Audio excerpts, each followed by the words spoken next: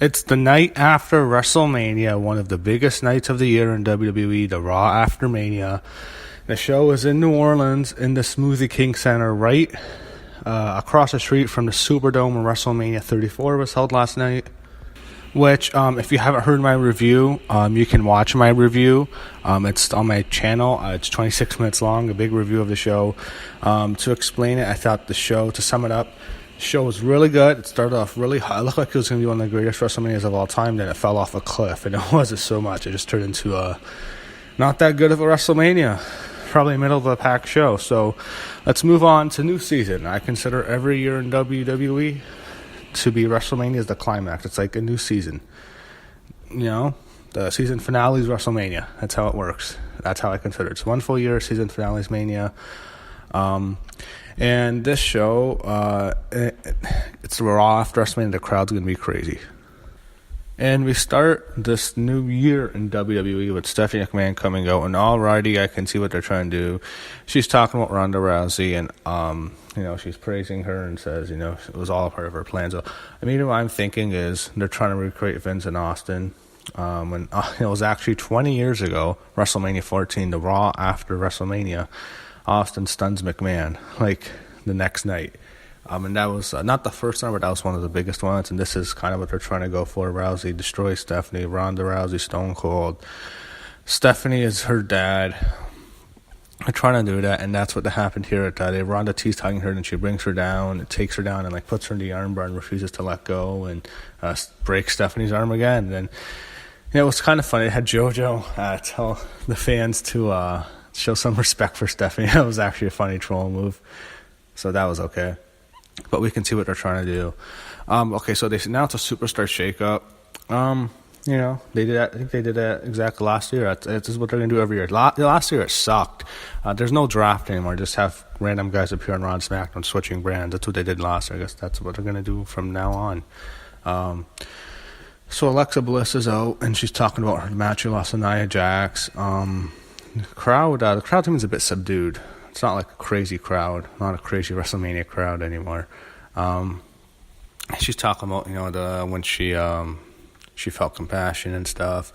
Same thing we just saw. I'm sure Nia's going to come destroy her. Mickey's there, and then Nia tells Alexa, she comes out, tells her to shut up, and she announces her new tag team partner is the debuting Ember Moon. I thought this would be a better spot for Ember, just a tag team partner for Nia Jax, but Nia and Ember against Alexa and Mickey. Match was okay. Ember Moon gets the win. She hits Alexa Bliss with the Eclipse, so Alexa gets pinned. Alexa loses cleanly. She's one of their top female stars. What does that tell me? She's going to Raw. Or she's going to SmackDown. It's kind of fun. I remember last year when she lost to Naomi, she lost her belt at WrestleMania 33. Naomi, she lost to her again on SmackDown. Or she's going to Raw. Here she loses to Nia Jax at WrestleMania 34. Loses again, not to Jax, but to Ember Moon on Raw cleanly. She's probably going back to SmackDown. So they show Kurt Angle on the phone, and then Braun Strowman announces Nicholas is at Raw, and Braun Strowman announces they have to relinquish the tag team title. So I guess Vince just wanted to create a crazy WrestleMania moment. I don't know who the hell had to pitch that to him, but that's what they wanted. They just wanted a WrestleMania moment, and they got it. That's it. They'll probably never see this kid again. And Braun Strowman, maybe he goes to SmackDown. We don't know. So now they have the debut of No Way Jose. No Way Jose comes out, and all I can think of is Adam Rose. Oh, no, this is another Adam Rose. He pins John Skyler. Adam Rose 2.0. All right. Okay. So they show Kurt Angle talking to Cesaro and Sheamus, and they announce that the greatest Royal Rumble. They're doing a Royal Rumble after WrestleMania. Isn't that weird? But the greatest Royal Rumble in Saudi Arabia, the most oppressive country to women, since you can't have any of your women to come, right? Right, Stephanie, leader of the women's revolution, Stephanie. None of your women are oppressed there. They can't compete there. But, oh, no, it's their culture, whatever. I don't want to get into that. But that's a huge event. That's not just a show on the WWE Network. That's going to be in pay-per-view, basically. That's a big show. The way they're promoting it, Brock and Reigns in a cage. Then it's the Revival against Gallows and Anderson. Revival, man.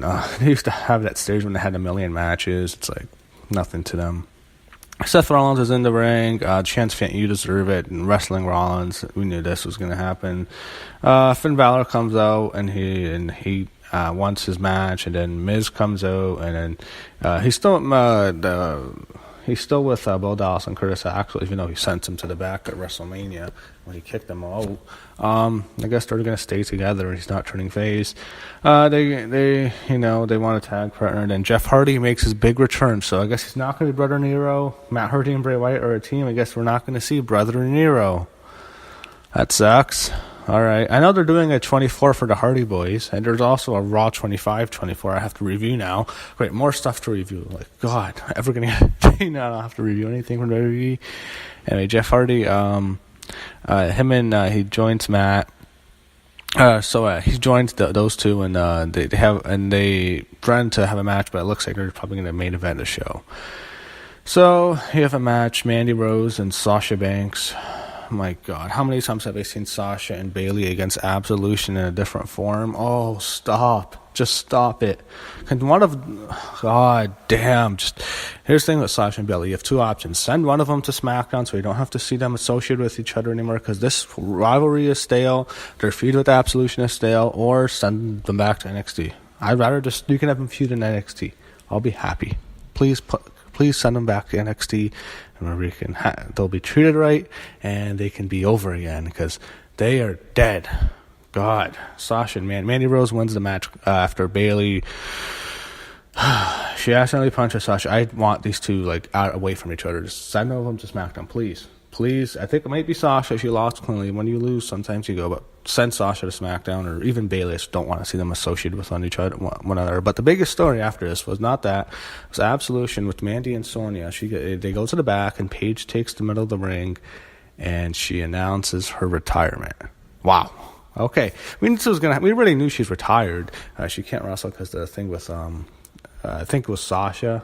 When Paige had a neck injury already, but then she took a drop kick to the back, and she just couldn't. She got a stinger, and this was it for her, and it was just awkward. But the way it happened, that happened I think in December, and we've known she's going to retire, but I guess they wanted to give her a big moment. I think this is the last time we see her. She talks a lot about it.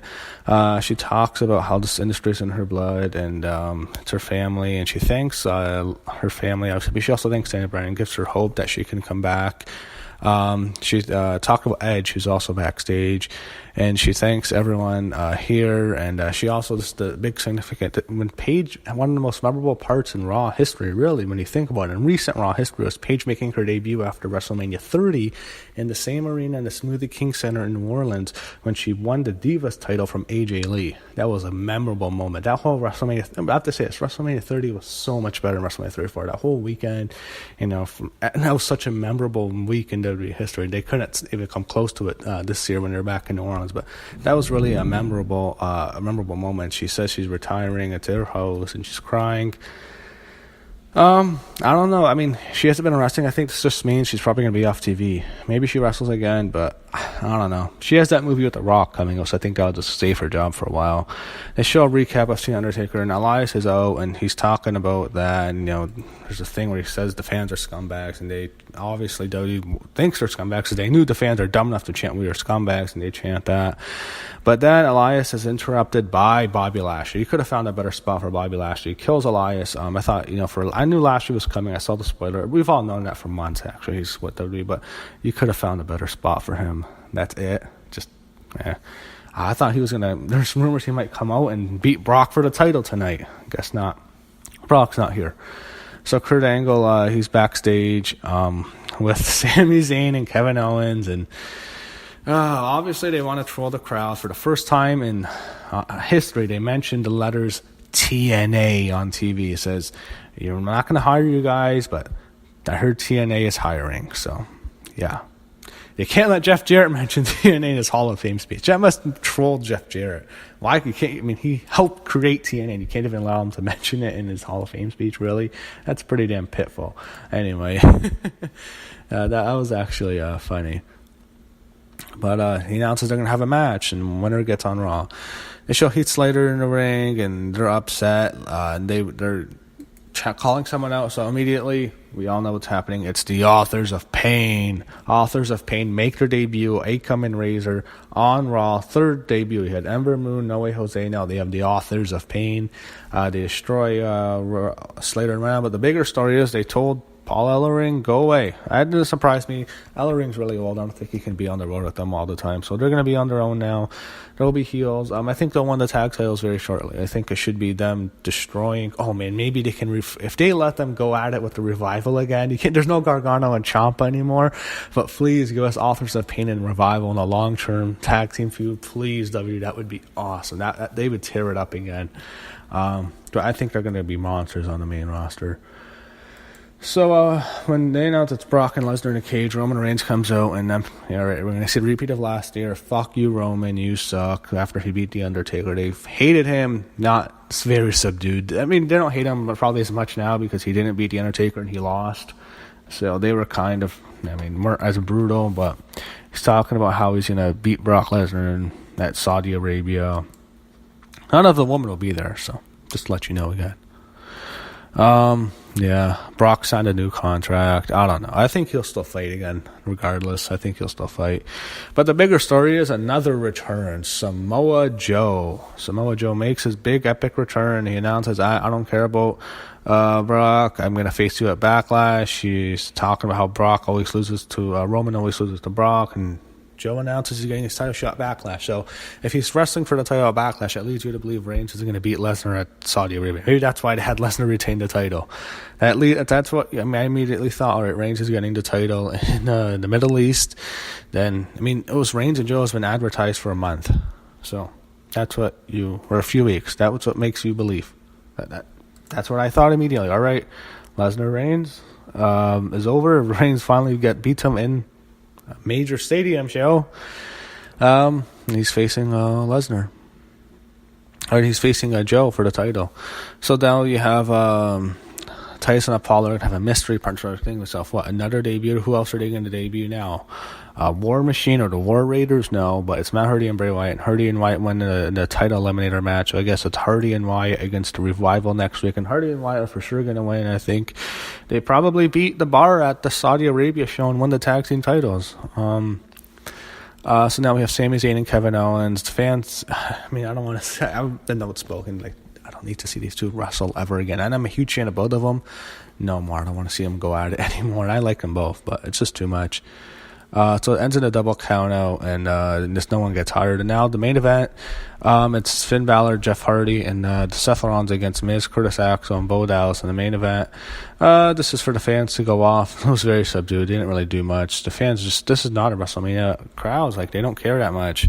The show wasn't that good, so it's usually what happens is if the show's really good, the fans will be nicer, but if the show sucks, or the show's not the show that WrestleMania 34 didn't suck, it wasn't that good, fans are more subdued.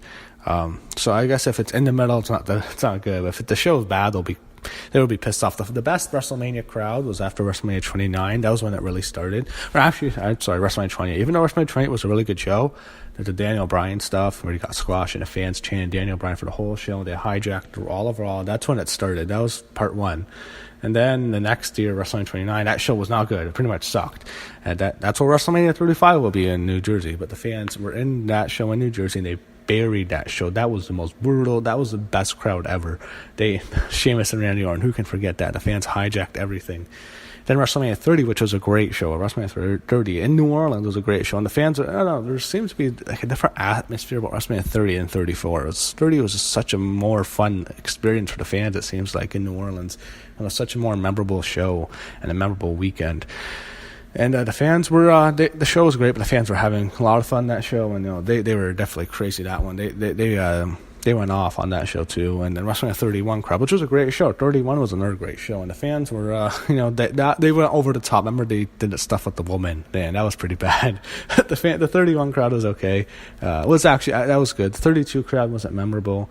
In Dallas, the 33 crowd in Orlando. We all know what they did to Roman Reigns, and that was legendary. And they chant "fuck you, Roman" for 30 minutes. And then this crowd was worse. This is the worst WrestleMania crowd. It was so subdued. All the show was they're just trying to create cheap pops. This guy returns, this guy debuts, NXT call-ups, main roster returns. Next week we'll get it'll be interesting to watch next week when the Superstar Shakeup happens. But for a Raw after WrestleMania, this did not live up to the hype. The Raw after WrestleMania is supposed to be one of the most memorable nights of the year for WWE, and this show was very disappointing. It was not a memorable Raw at all.